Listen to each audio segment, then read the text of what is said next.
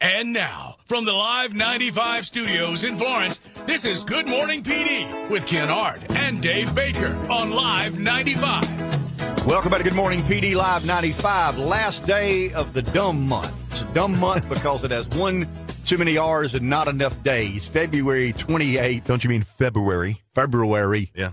The day with one too many R's and 3 or 4 too few days. I guess 2 or 3 too few days. Real quick. That's your opinion. I want to give a shout out. First of all, I want to thank our sponsor, McCall Farms, one of the great homegrown businesses in our neighborhood, in our backyard. They have been supportive of Good Morning PD since day one. And I had me some collards Sunday night. Some Margaret Holmes there you go. Collards with a little bit of vinegar. Bad boy over the sports studio says, I don't eat collards because anything you got to put vinegar on to make it taste good.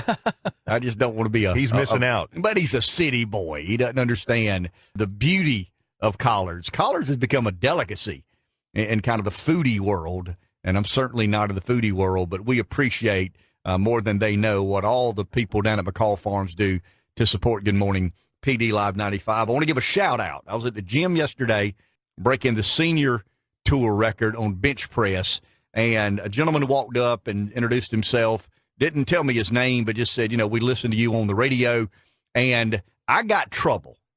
I've got big trouble because I've been telling people about my athletic prowess, and he works at Pantheon, formerly Roche, with a couple of buddies of mine who I went to high school with, Mark Campbell and Nick Ellison, who played football, baseball, and basketball with me growing up, and they listened. They did give me credit for being on the Trump train early. He said, during our discussion, he said, he was with Trump now before anybody else got with Trump. He was talking about Trump was going to be president, but I've got to lay off of the athletic prowess now. I mean, there's people out there that know the real deal. They could spell check, whether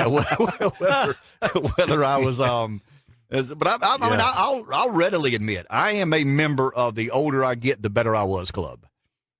And I got to believe in 10 years, you wouldn't believe good a high school football player as I was, because I've already talked about how much better I am at 54 than I was at 17 or 18 or 19. But I appreciate, good to hear from those two guys. And I told the gentleman I was speaking with yesterday, make sure he said hello to those guys. I hadn't seen him in a long, long time, but both were in my graduating class of 6,744 at Hannah Pamplico. We had graduated 6,000 students in the last 100 years at Hannah Pamplico High School, but I've got to be real careful now about talking about how good I was at sports and athletics, because they listened to the show, and once again, they could spell check what we're talking about here on Good Morning PD. And I know that I noticed you started the story, too, with I was bench pressing. Oh, yeah, senior tour. Yeah. I quantified that with being on the senior tour. You get real aggravated with me, and I've determined that the reason you're so aggravated with me is you're spending a lot of money on college education. Yeah, it hits close to home, so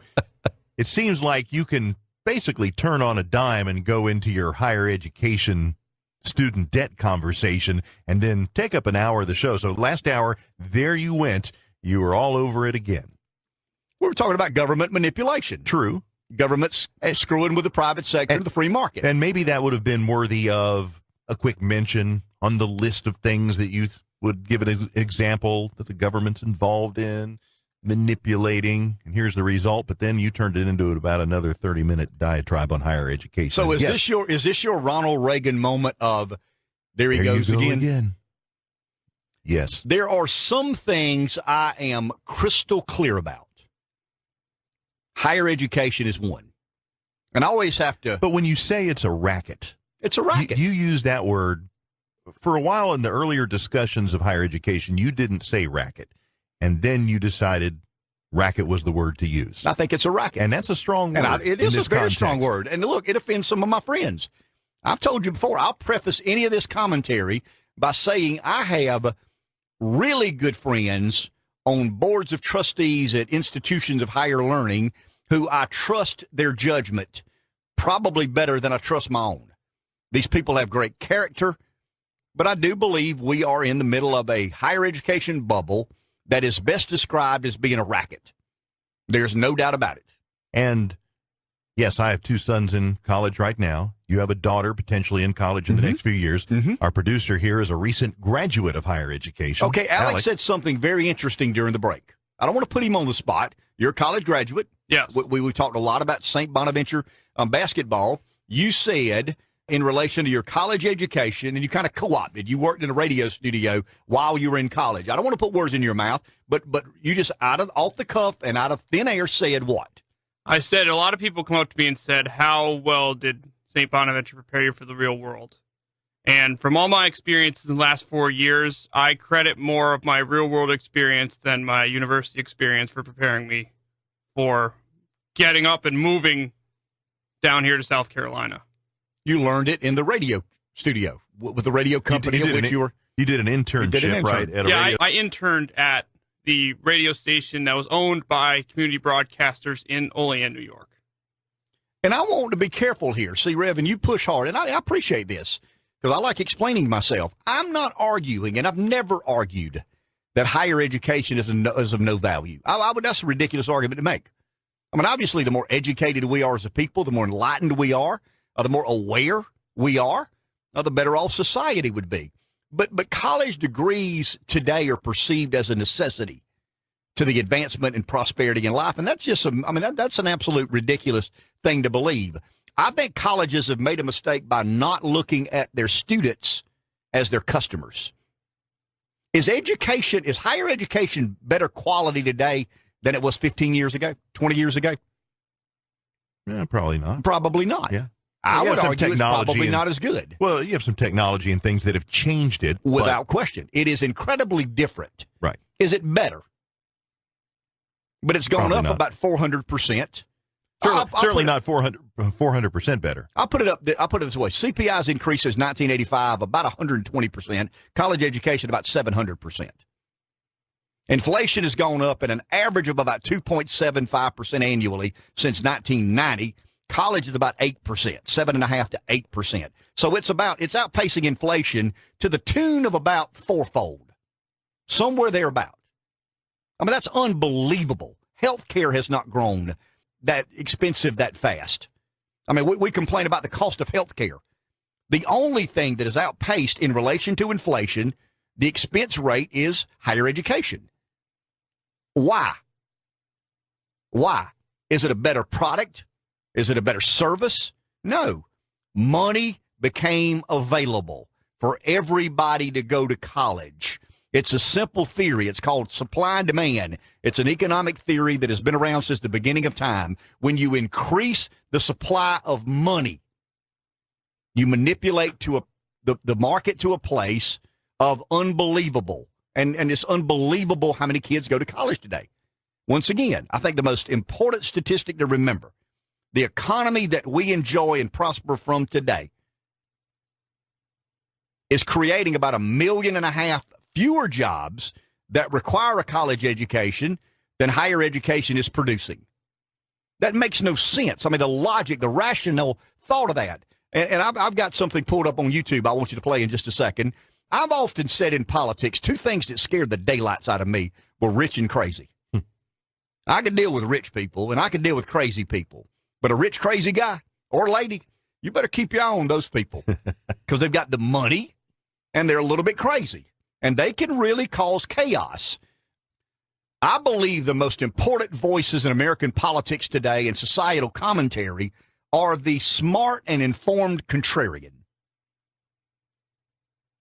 I think if you're a smart, informed contrarian, that people who are bright people need to be listening to you.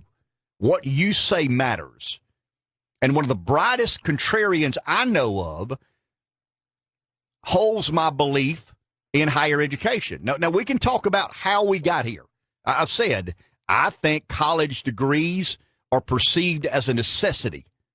I mean, they're widely considered necessary for you to advance in employment, the world, and compensation, and I just don't buy that. I think there's empirical data, and I know somebody will call in and say, well, Ken, research shows that the average college graduate makes, $400,000 more over a 25-year work life than the person who didn't go to college. To which I'd answer, is that because he went to college? Or is that because he's more industrious and smarter and harder working, willing to get up a little earlier? I mean, to suggest to me that the only reason a person makes $400,000 more with a college degree than someone who doesn't have a college degree is because he's got a sheepskin on the wall is the most ludicrous, shallow, and hollow debate you could possibly make. But that's the go-to place for advocates of higher education. Look at the career earnings. Well, the people that are smart enough to go and graduate from college are probably the people that were going to outperform the average in the mass by a substantial amount anyway. So don't come to me saying the reason that number's 400,000 is because they've got a degree. Now, I've said this before on this show. I want my doctor to have gone to the best medical university in America. I want the person representing me in court to have gone to one of the most prestigious and highly acclaimed law schools in America. I want the bridges and roads I drive on to be designed by some of the great engineers from some of the great engineering schools. And that's where people hear what they want to hear. You know, Hard's beating up on education again. He's beating up on college again. I can hear one of my buddies now probably text me in the next 20 minutes. There he goes, beating up on education, saying that education's worthless and we don't need kids in college. I'm not saying that at all. I'm just saying we've got too many kids going to college and we're charging way too damn much money for those kids to go to college. And the only way those kids are affording the opportunity to go to college is because the federal government has become the guarantor of about 90% of the student debt that was about $200 billion. Listen to this, $200 billion in 2000. Not 1980, 2000, and it exceeds $1.5 trillion this year. That's unbelievable, and we believe that's sustainable. Why? Because we believe college degrees are a necessity to prosperity and compensation. And people conform. You know, if enough people say that, then, you know, my kids got to go to college. The smart contrarians are who you better be listening to when it comes to higher education.